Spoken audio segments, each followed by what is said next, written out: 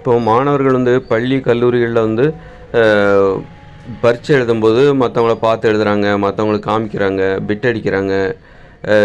இந்த மாதிரி முறைகேடான வழிகளில் ஈடுபட்டு தேர்ச்சி பெறுவதற்கு முயற்சி செய்கிறாங்க. அதே மாணவர்கள் நாளைக்கு ஒரு வேலைக்காக தேர்வு எழுதுகிறாங்கன்னு வைங்க, அரசு வேலைக்காக ஒரு தேர்வு எழுதுகிறாங்க, நுழைவுத் தேர்வு எழுதுகிறாங்க அரசு வேலைக்காக. அப்போ வந்து யாருக்கு அவங்க உதவி செய்கிறதில்ல. அப்போ யாரும் ஒருத்தர் பிட் அடித்தாலும் கூட அதை அனுமதிக்கிறதில்ல.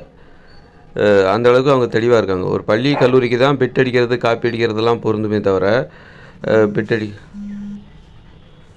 அடிக்கிறது, காப்பி அடிக்கிறதெல்லாம் ஒரு பள்ளியோடையும் கல்லூரியோடையும் முடிஞ்சு போகுது. நாளைக்கு வேலைக்குன்னு போகும்போது யாருக்கும் உதவி பண்ண மாட்டாங்க. அவங்கவுங்க வெற்றி பெறணும்னு தான் நினைப்பாங்க. நண்பராக இருந்தாலும் அவங்களுக்கு இந்த விடையெல்லாம் ஆன்சர்லாம் சொல்லிக் கொடுக்கலாம் விரும்ப மாட்டாங்க. பிட் அடிக்கவும் விட மாட்டாங்க. ஒருத்தர் பிட் அடித்தா சொல்லி கொடுத்துருவாங்க. இப்போ வேலைன்னு வரும்போது தெளிவாக இருக்காங்க.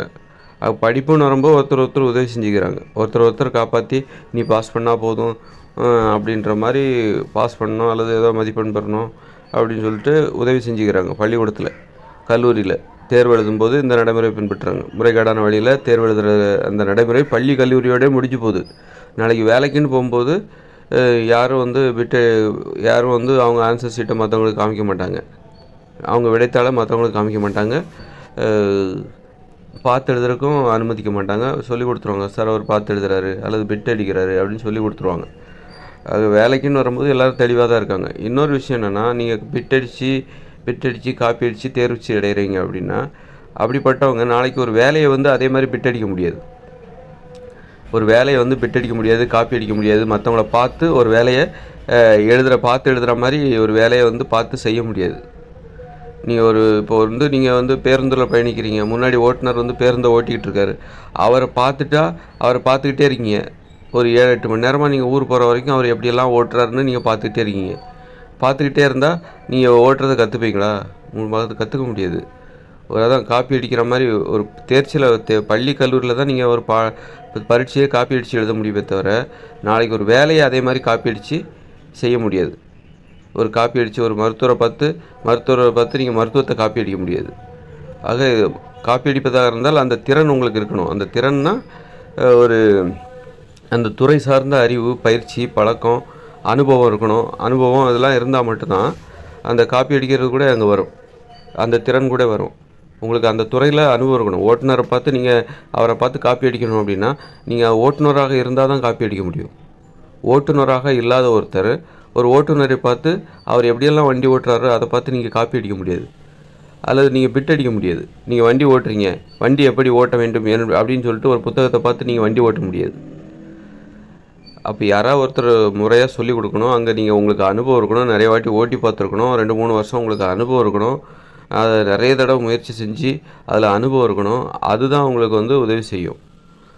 முறையாக பயின்றால் மட்டுமே ஒரு தொழிலை செய்ய முடியும்.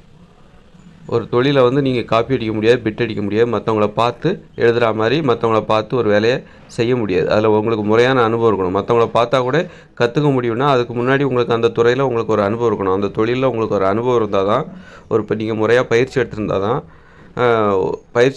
தான் அந்த ஒரு தொழில் செய்கிறவரை பார்த்து நீங்கள் எதையுமே வந்து காப்பி அடிக்க முடியும், கற்றுக்க முடியும். முறையாக முன்கூட்டியே பயிற்சி எடுக்காத ஒருத்தர் அந்த தொழில் செய்கிற ஒருத்தரை பார்க்கும்போது அவங்களால எதையுமே கற்றுக்க முடியாது. அதாவது நம்ம வந்து பரீட்சையில் வேணால் பிட் அடிக்கலாம், காப்பி அடிக்கலாம். அந்த வேலையில் காப்பி அடிக்க முடியாது. எதையுமே படிக்காமல் நீங்கள் பரீட்சையில் வந்து காப்பி அடிக்கலாம். நீங்கள் அந்த புத்தகத்தை பற்றி உங்களுக்கு ஒன்றுமே தெரியாது, உங்களுக்கு கணக்கு வரவே வராது. ஆனால் கணக்கு பரீட்சையில் உங்கள் நண்பனை பார்த்து நீ காப்பி அடிக்கலாம். அல்லது பிட்டை பார்த்து எழுதி தேர்ச்சி பெறலாம். ஆனால் ஒரு வேலைன்னு வரும்போது அந்த வேலையை பற்றி எதுவுமே தெரியாமல் அந்த வேலையை பார்த்து நீங்கள் காப்பி அடிக்க முடியாது. அந்த வேலையை நீங்கள் ஒரு புத்தகத்தை பார்த்து பிட் அடிக்கிற மாதிரி ஒரு புத்தகத்தை பார்த்து எப்படி வண்டி ஓட்டுவது அதை அப்படி பார்த்துட்டு நீங்கள் வண்டி ஓட்ட முடியாது. வண்டி ஓட்டும் போது முதல் கியரை இப்படி போடு, வேகமாக போகும்போது அதை பண்ணு இதை பண்ணு அப்படின்னு சொல்லிட்டு புத்தகத்தில் போட்டிருக்காங்க. அதை பார்த்து நீ வண்டி ஓட்டிட முடியாது. ஆக தொழில் என்பது வேறு, படிப்பிற்கான அணுகுமுறை வேறு. படிப்புக்கும் தொழிலுக்கும் நிறைய வேறுபாடு இருக்குது. படிப்பில் வந்து பிட் அடிக்க முடியும். அதனால் படிப்பில் நீங்கள் பிட் அடிக்க முடியும். ஒரு படிப்பை பற்றி தெரியாமலே, ஒரு பாடத்தை பற்றி தெரியாமலே அந்த பாடத்தை படித்து அதை படிக்காமலே நீங்கள் பிட் அடிக்க முடியும், காப்பி அடிக்க முடியும், தேர்ச்சி பெற முடியும். ஆனால் ஒரு வேலையில் நீங்கள் அப்படி அந்த வேலையை பற்றி தெரியாமலே ஒருத்தரை பார்த்து காப்பி அடித்து தேர்ச்சி பெற முடியாது, பிட் அடித்து தேர்ச்சி பெற முடியாது.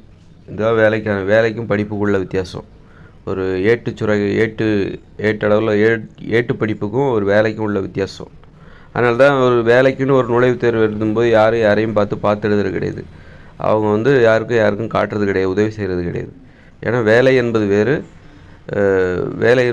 படிப்பு என்பது வேறு.